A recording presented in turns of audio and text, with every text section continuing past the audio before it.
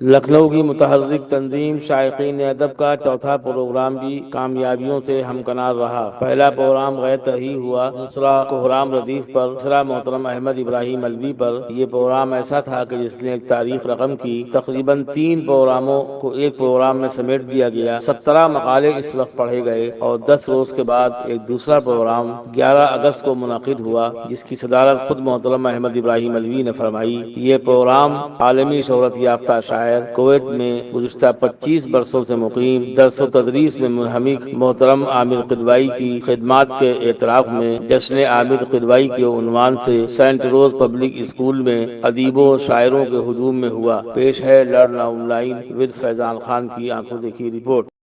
اصل میں ہندوستانی ہیں، اتر پردیش سے ہیں، یقین کے ساتھ تو نہیں کہہ سکتی، لیکن نام کے ساتھ قدوائی جڑے ہونے کی بنیاد پر کہہ سکتی ہوں کہ کہیں نہ کہیں آپ کا تعلق میرے آبائی وطن بارہ بنکی کی زرخیز زمین سے ضرور رہا ہوگا۔ تلاش و معاش انہیں وطن سے دور لے گئی۔ آج کل کویت میں مقیم ہیں۔ آج پہلی بار اس جلسے میں ان سے ملاقات کرنے کا شرف حاصل ہو رہا ہے۔ حالانکہ ماہانہ ڈارائب کے توسط سے میں ان کی تخلیقات کو پڑھتی رہی ہوں، جن میں نہ صرف نظمیں، غزلیں، نعت بلکہ آپ کے مضامین بھی شامل رہے ہیں۔ ایک مشاعرے کی رپورتاژ بھی میرے ذہن میں محفوظ ہے، وہ تھا کویت کا مشاعرہ۔ پیشاور سانحہ، وقت، سیاست، منظرنامہ، انا پرستی، تہذیب نو سے خطاب آپ کی بے ساختہ کہی گئی مشہور نظمیں ہیں، جن میں ایک دردمند اور حساس دل کی جھلک صاف نمایاں ہوتی ہے۔ شاعر اگر حساس نہیں ہو تو ایسی خوبصورت نظمیں نہیں کہہ سکتا۔ آپ کی غزلوں میں بھی یہی رنگ نمایاں نظر آتا ہے۔ صرف انعت پر بھی آپ کی گرفت مضبوط نظر آتی ہے۔ جہاں تک میں نے انہیں سمجھا، آپ کے کلام میں اصلی حیثیت بطور خاص نظر آتی ہے۔ یہ ایک اچھا شگن ہے۔ شاعر ہو یا ادیب، اسے اپنے سماج کی ہر صورتحال سے واقفیت ہونی چاہیے، اور وہ انسان ہی کیا جو اپنے گرد و پیش کے حالات اور ماحول سے باخبر نہ رہے۔ حالات حاضرہ کو ڈاکٹر صاحب کے ہاں مرکزی حیثیت حاصل ہے۔ آپ نے اپنے کلام میں بڑے سلیقے سے اسلوب کی برجستگی اور ندرت کی آمیزش سے برتا ہے۔ مقدمہ شعر و شاعری میں الطاف حسین علی نے شعر کی خوبیاں گنائی ہیں۔ وہ کہتے ہیں، شعر کی خوبی یہ ہے کہ سادہ ہو، جوش سے بھرا ہو اور اصلیت پر مبنی ہو۔ آگے لکھتے ہیں، ایک یورپین محقق ان لفظوں کی شرح اس طرح کہتا ہے، سادگی سے صرف لفظوں کی سادگی مراد نہیں ہے، بلکہ خیالات بھی ایسے نازک اور دقیق نہ ہونے چاہیے جن کے سمجھنے کی عام ذہنوں میں گنجائش نہ ہو۔ محسوسات کے شاہراہ عام پر چلنا ہے، بے تکلفی کے سیدھے راستے سے ادھر ادھر نہ ہونا اور فکر کی جولانیوں سے باز رکھنا، اس کا نام سادگی ہے۔ دوسری بات یہ کہ شعر جوش سے بھرا ہو، اس سے صرف یہی مراد نہیں کہ شاعر نے جوش کی حالت میں شعر کہا ہو، اس کے ساتھ یہ بھی ضروری ہوتا ہے کہ وہ ان کے دل ٹٹولے جائیں اور ان کے دلوں کو جذب کرنے کے لیے ایک مقناطیسی کشش بیان میں رکھی جائے۔ تیسرا وصف اصلیت سے مراد ہے کہ جس بات پر شعر کی بنیاد رکھی گئی وہ لوگوں کے عقیدے میں یا محض شاعر کے اندر میں موجود ہو، ایسا معلوم ہوتا ہو۔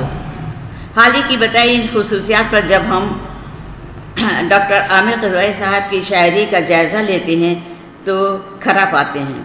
آپ کی چند نظموں کے چند اشعار پیش کرتی ہوں، ملاحظہ فرمائیں۔ ایک نظم ہے ان کی منظرنامہ، اس کے چند شعر دیکھیے۔ یہ میرا دیش جیسے ایک خوبصورت سی ندی ہے جو ہر پیاسے کو پانی دے رہی ہے، جو بے تفریق ہر ایک قدم و ملت، جو بے تفریق رنگ و نسل انسان، ہر ایک جانب ہر ایک میدان کو سیراب کرتی جا رہی ہے۔ یہاں سب لہلاتی کھیتیاں شاداب منظر محبت کے اشارے دے رہے ہیں۔ غریبوں کو سہارے دے رہے ہیں، جو پرواہ نیا کھے رہے ہیں، مگر یہ کیا اچانک شور سا اٹھنے لگا ہے، کہیں آہیں کہیں چیخیں سنائی دے رہی ہیں، کہیں دیوار و در پر خون کے دھبے نمایاں ہیں۔ دوسری نظم کا عنوان ہے سیاست۔ ملاحظہ فرمائیں، سیاست ایک طوائف ہے، کسی کی ہو نہیں سکتی۔ سیاست نے دو رنگے ناچ کھیلے ہیں یہاں پر۔ حقارت سے ہمیں تہذیب آدم دیکھتی ہے، سیاست اپنی کرسی کے لیے اوروں کی گردن کاٹ دیتی ہے، زمانے بھر کو آنسو اور غربت بانٹ دیتی ہے۔ یہی تو جنم داتا ہے ہمارے ملک میں فرقہ پرستی کی۔ تیسری نظم کا عنوان ہے وقت۔ ملاحظہ فرمائیں، ہمیں گزرے ہوئے موسم کی خوشبو یاد آتی ہے، یہی دیوار و در ہیں ہمارے شعور کے لیے، ہر ایک جانب عجب مستی کا عالم تھا، محبت خدا بن کر ہمارے ساتھ رہتی تھی کہ جس کی نرم باہوں میں ہم اپنے فکر و غم بھول جاتے تھے، مگر یہ وقت کا دریا بھی یارو کتنا ظالم ہے، کہیں رکتا نہیں بڑھتا ہی جاتا ہے، جو پیچھے چھوٹ جاتے ہیں انہیں یہ بھول جاتا ہے، کبھی آنکھوں میں پانی چھوڑ جاتا ہے۔ چوتھی نظم کا عنوان ہے تہذیب نو سے خطاب۔ چند اشعار ملاحظہ فرمائیں، رخ موڑ دیں جو طوفانوں کا، یہ کام ہے ہم دیوانوں کا، اور شغل سیاست دانوں کا، بس خون بہے انسانوں کا۔ وہ دور فضاؤں میں اکثر جو شعلے سے لہلاتے ہیں، جلتا ہے کسی کا گھر شاید، کچھ فوجی بڑھے آتے ہیں، کچھ شور ابھرتا آتا ہے، ایک خوف سا ہر بڑھتا جاتا ہے، یہ سچ ہے جو بویا جاتا ہے، مٹی سے وہی آگ اگاتا ہے۔ عصری حیثیت قابل تعریف ہے، یہ امر طے شدہ ہے کہ گزشتہ چند برسوں میں جو ادب تحریر ہو رہا ہے، اس میں صرف دل ہی زخمی نہیں ہوا بلکہ ذہن کے درد و کرب کا بھی اظہار صاف نظر آتا ہے۔ ڈاکٹر احمد قدوائی کے شعری فن پاروں میں معاشرتی بحران کا انعکاس بخوبی ہوا ہے۔ جہاں تک اسلوب نگاری کی بات ہے، سادہ سلیس رواں ہے، پیچیدگیوں سے عاری ہے، اللہ کرے زور قلم اور زیادہ۔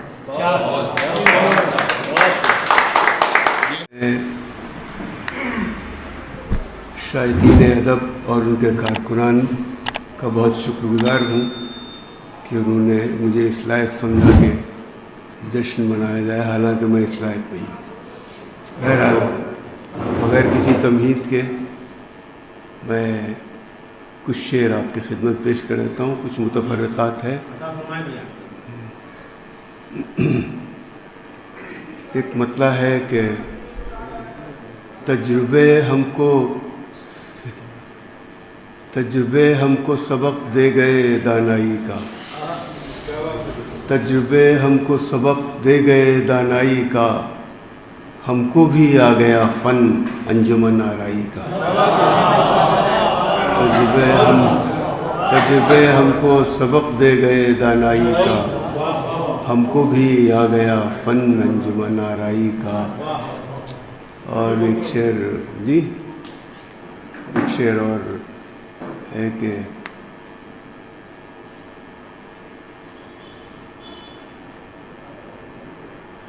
ایک مطلب اور 2-3 شعر ہے۔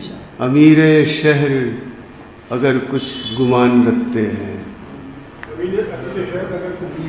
امیر شہر اگر کچھ گمان رکھتے ہیں، فقیر شہر بھی منہ میں زبان رکھتے ہیں۔ امیر شہر اگر کچھ گمان رکھتے ہیں، فقیر شہر بھی منہ میں زبان رکھتے ہیں۔ اور ذرا سنبھل کے میاں ہم سے بات کیجیے گا، ذرا سنبھل کے میاں ہم سے بات کیجیے گا، ہم اپنے سر پہ کئی آسمان رکھتے ہیں، ہم اپنے سر پہ کئی آسمان رکھتے ہیں۔ اور یہ شعر ہے کہ ہرے بھرے ہیں ابھی تک تمام ظلم کے بعد، ہرے بھرے ہیں ابھی تک تمام ظلم کے بعد، ہمارے جسم بڑی سخت جان رکھتے ہیں،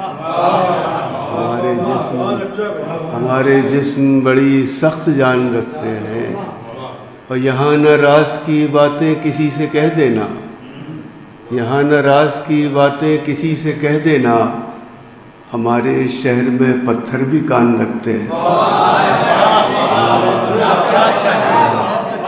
یہاں نہ راز کی باتیں کسی سے کہہ دینا، ہمارے شہر میں پتھر بھی کان رکھتے ہیں۔ اور اب ایک مختصر سی نظم کہ عنوان ہے گہرائی۔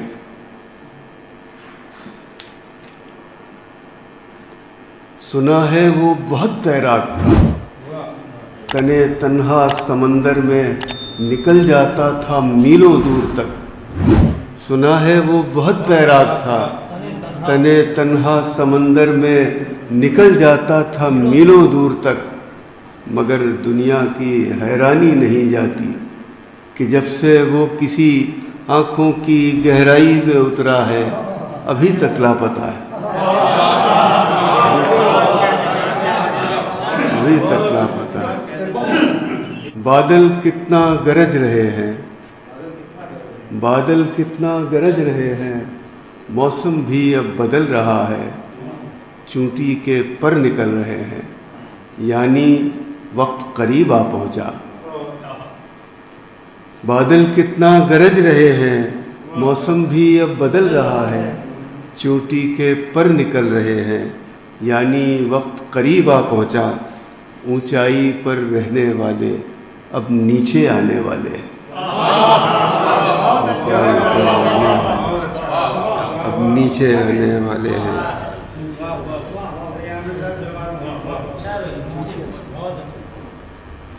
اور ایک نظم میں پیش کر رہا ہوں، کہیں میں نے پڑھی نہیں ہے نظم، پہلی بار آپ کے یہاں۔ عنوان ہے گزارش۔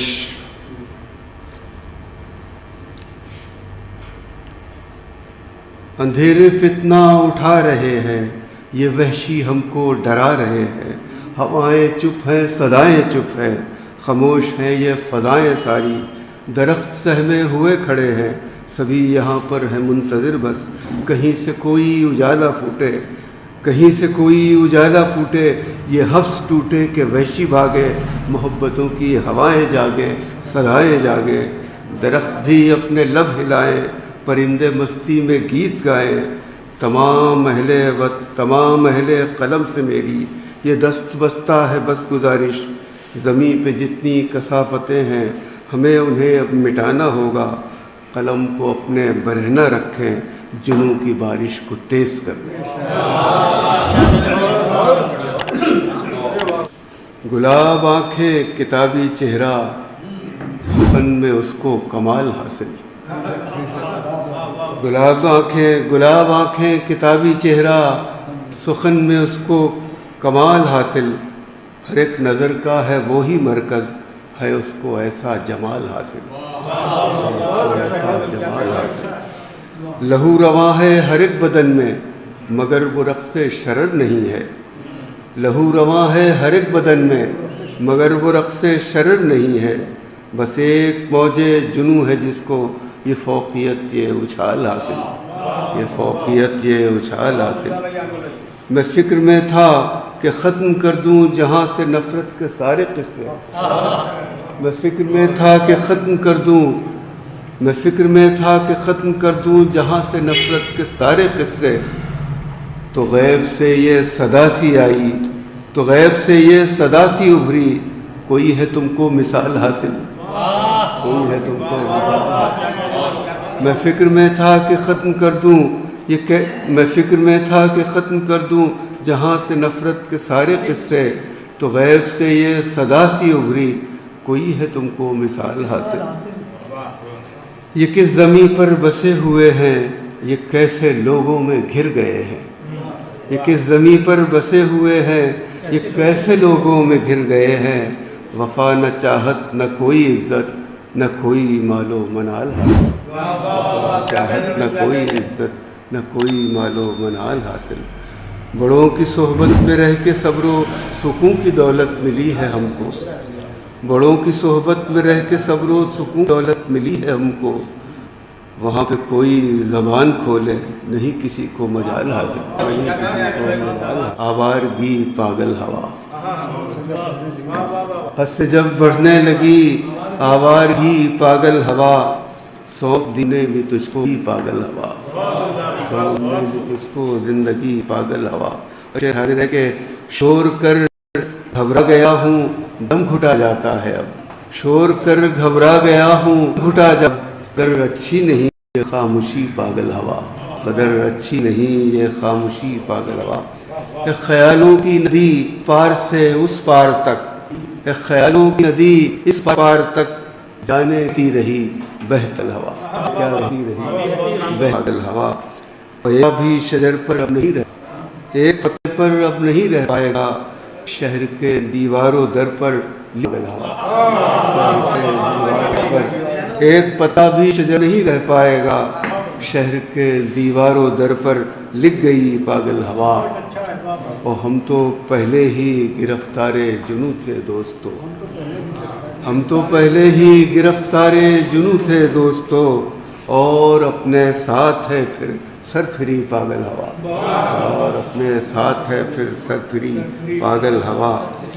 اس کو بھی جیسے اجالوں کی ضرورت آ پڑی، اس کو بھی جیسے اجالوں کی ضرورت آ پڑی، پھر چرا کر لے گئی سب روشنی پاگل ہوا، پھر چرا کر لے گئی سب روشنی پاگل ہوا۔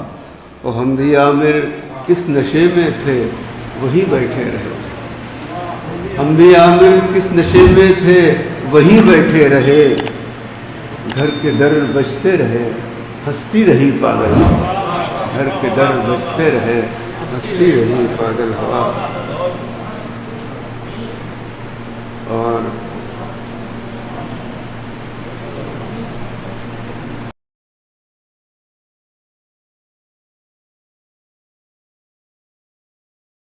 چھوٹی چھوٹی دو نظمیں ہیں۔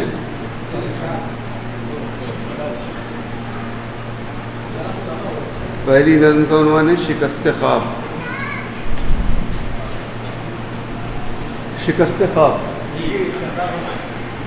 لاکھ بھڑکائے میری تنہائی اپنی حد سے کبھی نہ گزروں گا، لاکھ بھڑکائے میری تنہائی اپنی حد سے کبھی نہ گزروں گا، اب نہ پھینکوں گا کوئی بھی پتھر ٹھہرے خاموشیوں کے پانی پر، اب نہ پھینکوں گا کوئی بھی پتھر ٹھہرے خاموشیوں کے پانی پر، زندگی کے نگار خانوں سے، زندگی کے نگار خانوں سے کوئی آواز دے دیگر مجھ کو، اپنے کانوں پہ ہاتھ رکھ لوں گا، اب نہ دیکھوں گا میں کسی جانب، اب نہ دوں گا صدا کسی کو میں، خواب آوارگی سے بہتر ہے، خواب آوارگی سے بہتر ہے، چیختی ہی رہے میری آنکھیں، شور کرتی رہے یہ خاموشی۔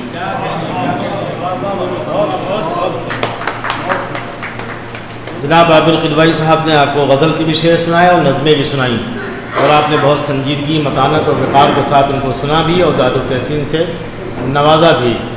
شعراء سے داد لینا ایسا ہی ہوتا ہے جیسے کسی سے قرض مانگنا، تو یہاں جو داد ملتی ہے بہت نپی تلی ہوتی ہے، بہت ٹھیک ٹھاک ہوتی ہے۔